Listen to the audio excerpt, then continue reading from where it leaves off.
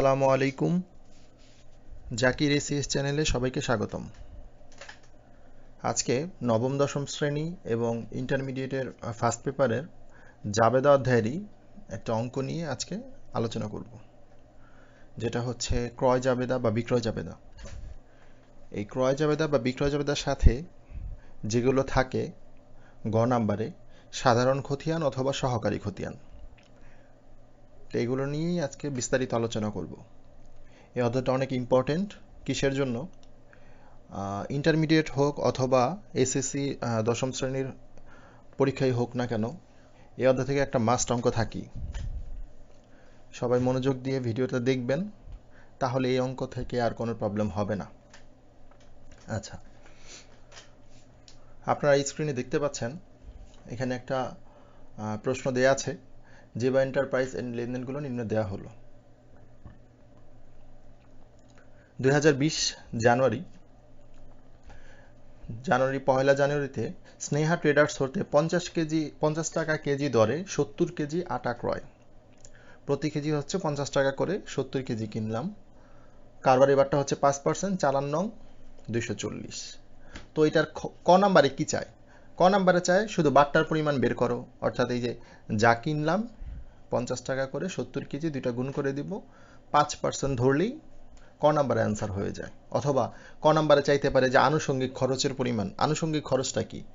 পাশে যেই খরচগুলো এক্সট্রা খরচ থাকে, যেমন বহন খরচ, প্যাকিং খরচ, এগুলো হচ্ছে ক নাম্বারে চাই আনুষঙ্গিক খরচ। খরচগুলো যোগ করে দিলেই ক নাম্বার শেষ। খ নাম্বারে কি থাকে? খ নাম্বারে থাকে ক্রয় জাবেদা অথবা বিক্রয় জাবেদা। ঠিক আছে? তো ক্রয় জাবেদা বিক্রয় জাবেদায় সবসময় বাকিতে ক্রয় এবং বাকিতে বিক্রয়গুলো আসবে, এটা মাথায় রাখবেন। আরও দুইটা আছে, ক্রয় ফেরত জাবেদা এবং বিক্রয় ফেরত জাবেদা। এগুলো কম আসে, ক্রয় জাবেদা এবং বিক্রয় জাবেদাই বেশি আসে। তো এগুলো খ নাম্বারে থাকে ম্যাক্সিমাম টাইমে। আর এটার সাথে সাধারণ খতিয়ান দুইটা, সহকারী খতিয়ান দুইটা। ঠিক আছে? খতিয়ানে যদি কারো এখনও প্রবলেম থেকে থাকে, আমার আগের ভিডিওটা দেখে নেবেন, খতিয়ানের প্রবলেম সলভ হয়ে যাবে। আচ্ছা, তো আজকে ক্রয় জাবেদা আমরা প্রথমে দেখি এটা কিভাবে করে। ক্রয় জাবেদার ছক দেখেন, তারিখ, ক্রেডিট হিসাব খাত। আচ্ছা, এখানে ডেবিট হিসাব খাত হবে না ক্রেডিট হিসাব খাত হবে, এটা ডিপেন্ড করে হচ্ছে আপনি ক্রয় জাবেদা করবেন না বিক্রয় জাবেদা করবেন। যখন ক্রয় জাবেদা করবেন, আমি আগেই বলছি ক্রয় জাবেদা বিক্রয় জাবেদা দুইটাই বাকিতে ক্রয় বিক্রয়ের জন্য হয়। তো বাকিতে যদি আমরা ক্রয় করি, দুইটা পক্ষ কি, ক্রয় হিসাব আর পাওনাদার হিসাব। ক্রয় ডেবিট, ক্রয় হিসাব ডেবিট, পাওনাদার হিসাব ক্রেডিট। এটা শেষে জাবেদা দিয়ে দিবেন শেষের ঘরে। আর যদি বিক্রয় জাবেদা হতো তাহলে কি হতো? দেনাদার ডেবিট, বিক্রয় হিসাব ক্রেডিট। ঠিক আছে? আচ্ছা, ক্রয় জাবেদায় আমরা ক্রয় যেহেতু ডেবিট, পাওনাদার ক্রেডিট, আমরা এখানে ভেতরে পাওনাদারের নামগুলো লিখব। এর জন্য পাওনাদার যেহেতু ক্রেডিট, এখানে নাম দিলাম ক্রেডিট হিসাব খাত। এভাবে যদি মনে না থাকে এভাবে লিখতে পারেন, মনে রাখতে পারেন। ক্রয় জাবেদায় ক্রয় ডেবিট, আমরা অপোজিটটা বসাবো ক্রেডিট হিসাব খাত। বিক্রয় জাবেদায় বিক্রয় ক্রেডিট, তাহলে আমরা অপোজিটটা বসাবো অর্থাৎ ডেবিট হিসাব খাত। এভাবেও মনে রাখতে পারেন। আচ্ছা, তারপরে ঘরের নাম কি? শর্ত। তারপরটা হচ্ছে চালান, তারপর হচ্ছে সূত্র। চালান নাম্বার দেয়া থাকলে দিবেন, এন্ট্রির মধ্যে যদি দেয়া থাকে দিবেন, না দেয়া থাকলে নাই। আচ্ছা, তারপর হচ্ছে এটা লাস্ট ঘর। এখন একদম ইজি এই অঙ্কগুলো, একবার দেখলেই পারবেন। ভিডিওটা একবার দেখলে আপনার এই অঙ্ক হয়ে যাবে। আচ্ছা, দেখেন কিভাবে করে। তো প্রথমে আমরা জানুয়ারির 1 তারিখ নিলাম, এখানে দেখবো আগে ক্রয় আছে কিনা। এখানে আটা ক্রয় আছে, তাহলে নাম আছে। কোনো এন্ট্রির মধ্যে নাম থাকলে সেটা বাকিতে হয় ক্রয় বিক্রয়ের ক্ষেত্রে, কিন্তু যদি নগদে থাকে সেটা আর বাকিতে না। কিন্তু নগদ বা চেক যদি না থাকে তাহলে বুঝবেন সেটা বাকিতে। স্নেহা ট্রেডার্স হতে 50 টাকা কেজি দরে 70 কেজি আটা ক্রয়। ঠিক আছে? তাহলে আমরা ক্রয় করলাম প্রতি কেজি 50 টাকা করে 70 কেজি, তাহলে দুটো গুণ করব। এই যে 50 গুণন 70 হয় কত? 3500। তো এখান থেকে আমার মাইনাস করতে হয় বাট্টাটা। ঠিক আছে? 5% বাট্টা ধরতে হবে। তাহলে এই যে 3500 বের হলো, এখান থেকে বাট্টাটা মাইনাস করতে হবে। তাহলে মাইনাস করে ক্যালকুলেশন করবো, আমরা ক্যালকুলেটারে করে নেবেন। 3500 যদি 5% বাট্টা বের করি হয় হচ্ছে 175 টাকা। তো 175 টাকা 3500 থেকে বাদ দেই, তাহলে কত হয়? 3325। তো আমরা তারিখ দিলাম, তার নামটা বসিয়ে দিলাম, আর চালান নং এখানে চালান দেয়া ছিল দিলাম, আর এই টাকাটা বসিয়ে দিলাম। ঠিক আছে? তারপর এন্ট্রিতে আসি। 25 তারিখ জৈনা ট্রেডার্স হতে 90 টাকা কেজি দরে, অর্থাৎ প্রতি কেজি কত? 90 টাকা 2 মণ মসুর ডাল ক্রয়। এক মনে কত কেজি? 40 কেজি। তাহলে 2 মনে কত কেজি? 80 কেজি, অর্থাৎ 80 কেজি ডাল ক্রয় করলাম আমরা। ঠিক আছে? এখানে কারবার এবারটা আছে 10%, আর সাথে একটা এক্সট্রা খরচ আছে। আচ্ছা, এটা কিভাবে করব? তো আমরা কতটুকু কিনলাম 2 মণ অর্থাৎ 80 কেজি কিনলাম, প্রতি কেজি হচ্ছে 90 টাকা করে। আগে দুইটা গুণ করি, তো 90 গুণন 80 কত হয় 7200 টাকা। আগের মতোই এই টাকাটার উপরে আবার বাট্টা ধরে বাদ দিব। তো 7200 যদি 10% করি, এটা মুখেই বের করা যায়, একটা শূন্য বাদ দিলেই হয়ে যায়। একটা শূন্য বাদ দিলে কত হয় 720। তাহলে 7200 থেকে 720 মাইনাস করলে হয় কত 6480। ঠিক আছে, এখন এটার সাথে দেখেন একটা খরচ আছে, যদি কোনো এক্সট্রা খরচ থাকে তাহলে এটা লাস্টে যোগ করে দিব। তাহলে আমরা এই টাকাটার সাথে 400 টাকা খরচ ছিল, এটা যোগ করে দিলাম, তাহলে কত আসছে 6880 টাকা। তাহলে এই টাকাটা বসিয়ে দিব নাম দিয়ে। 15 তারিখ জরিনা ট্রেডার্স, এটাতে কোনো চালান নং ছিল না, বসালাম না, টাকাটা বসিয়ে দিলাম, দুইটা যোগ করে শেষ। এটাতেই হচ্ছে 4 মার্ক পেয়ে যাবেন। খ নাম্বারে আসে, অনেক ইজি। 3টে এন্ট্রি, সর্বোচ্চ 3টে এন্ট্রি থাকে, এর থেকে বেশি থাকবে না। সবসময় 2টাই থাকে, মাঝে মধ্যে 3টে এন্ট্রি দেয়। আচ্ছা, তো এই ক্রয় জাবেদা বা বিক্রয় জাবেদার সাথে কি থাকে, গ নাম্বারে কি থাকবে, হয়তো সাধারণ খতিয়ান চায় অথবা সহকারী খতিয়ান চায়। তো সাধারণ খতিয়ান থাকলে কি হবে, সহকারী খতিয়ান থাকলে কি হবে, এটা একটু মনে রাখবেন। আচ্ছা, যদি সাধারণ খতিয়ান চায় তাহলে আমরা এই যে লাস্ট যে ঘর আছে এই ঘরের নামে খুলবো দুইটা। ঠিক আছে, তো লাস্ট ঘরে কি কি নাম আছে, ক্রয় হিসাব আর কি পাওনাদার হিসাব, যদি সাধারণ খতিয়ান চায়। তো লাস্ট যে ঘর আছে এই ঘরের নামগুলো নিব, একটা হচ্ছে ক্রয় হিসাব নিলাম আর একটা কি পাওনাদার হিসাব নিলাম। ঠিক আছে, দুইটার জের ছক আমরা খুলবো, টি ছক করবো না, এগুলো জের ছক কাটবো। তো এগুলো বলা থাকে না টি ছক না জের ছক, জাস্ট বলা থাকবে যে সাধারণ খতিয়ান নির্ণয় করো। ঠিক আছে, আপনাকে টি ছক করতে হবে। আচ্ছা, তো আমরা দুইটা নামে খুলে ফেললাম, ক্রয় হিসাব আর কি পাওনাদার হিসাব।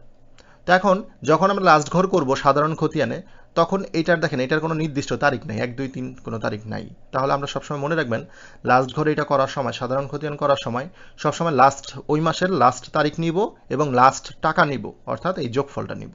ঠিক আছে, এই কোনো নির্দিষ্ট কোনো টাকা না, জাস্ট লাস্ট ঘরের যে নামগুলো আমরা করব সাধারণ খতিয়ানে সব কিছুই লাস্ট। হ্যাঁ, ঘরও লাস্ট, তারিখও লাস্ট, আবার টাকাটাও লাস্ট।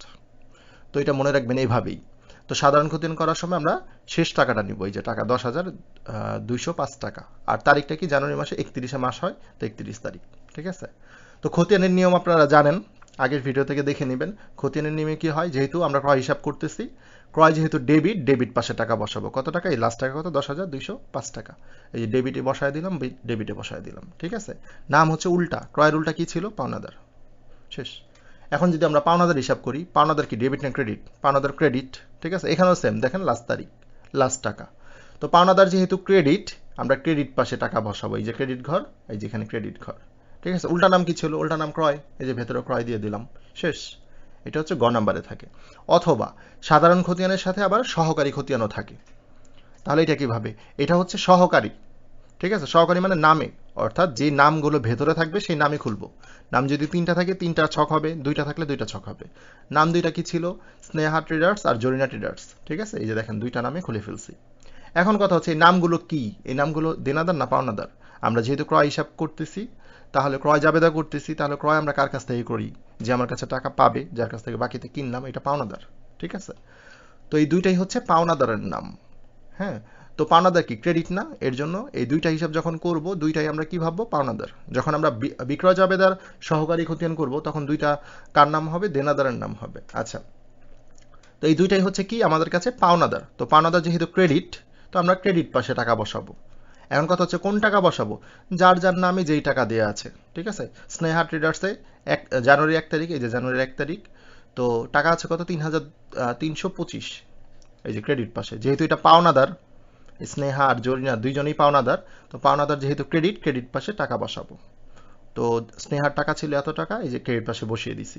এখন কথা হচ্ছে উল্টা নাম কি দিব, যেমন আগেরগুলোতে উল্টা নাম তো দেয়া ছিল, ক্রয়ের জায়গায় পাওনাদার দিলাম, পাওনাদারের জায়গায় ক্রয় দিলাম। এখন উল্টা নাম কি, এখন উল্টা নাম সেম আগের মতোই। দেখেন এই নামগুলো কি পাওনাদার না, তাহলে পাওনাদারের উল্টা নাম কি, ক্রয়।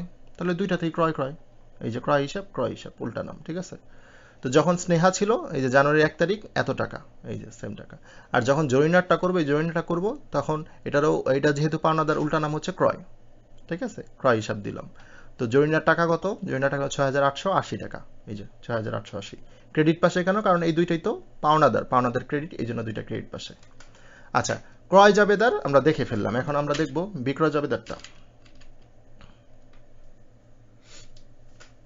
আচ্ছা, সেম এন্ট্রি সেম অঙ্ক, দেখেন জাস্ট এখানে বিক্রয় জাবেদা হবে, ক্রয় জাবেদা লেখা আছে, এডিট করতে মনে ছিল না। আচ্ছা যাই হোক, আপনারা বুঝে নেবেন। তো সেম এন্ট্রি আগের মতোই ক্যালকুলেশন করে নেবেন। আচ্ছা, আমি জাস্ট পার্থক্য কি সেটা বোঝাবো। তো এখানে ক্রয় জাবেদা না, এটা হবে বিক্রয় জাবেদা, ঠিক আছে? তো বিক্রয় জাবেদা, তো জাবেদা কি হবে? দেনাদার ডেবিট, বিক্রয় হিসাব কি ক্রেডিট, ঠিক আছে? যেহেতু আমরা দেনাদারের নামগুলো লিখবো, এখানে দেনাদারের নামগুলো এখানে দেখেন দুইটাই বিক্রয় করছি। তো আমরা কার কাছ থেকে কার কাছে বিক্রি করলাম? স্নেহা ট্রেডার্স আর জরিনা ট্রেডার্স। তো আমরা তাদের নাম লিখবো, এর জন্য দেনাদার যেহেতু ডেবিট, এখানে ডেবিট হিসাব খাত, ঠিক আছে? তো সব কিছু ঠিকঠাক আগের মতোই। এখানেও সাধারণ খতিয়ান বা সহকারী খতিয়ান করতে বলতে পারে। আচ্ছা, তো যখন সাধারণ খতিয়ান করব, আবারও বলি সাধারণ খতিয়ান মানে হচ্ছে লাস্ট ঘর।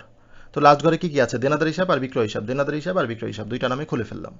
তো লাস্ট ঘর যখন করবো, এটা দিব লাস্ট তারিখ, হ্যাঁ, ওই মাসের লাস্ট তারিখ, এখন দুইটাই জানুয়ারি 31। আবার লাস্ট টাকা, ঠিক আছে, লাস্ট টাকা। তো যখন যেহেতু প্রথমে দেনাদার করব, দেনাদার কি ডেবিট, তাহলে ডেবিট পাশে এই যে ডেবিট ঘর, এই যে ডেবিট ঘর বসায় দিলাম, শেষ শেষ টাকাটা বসায় দিলাম।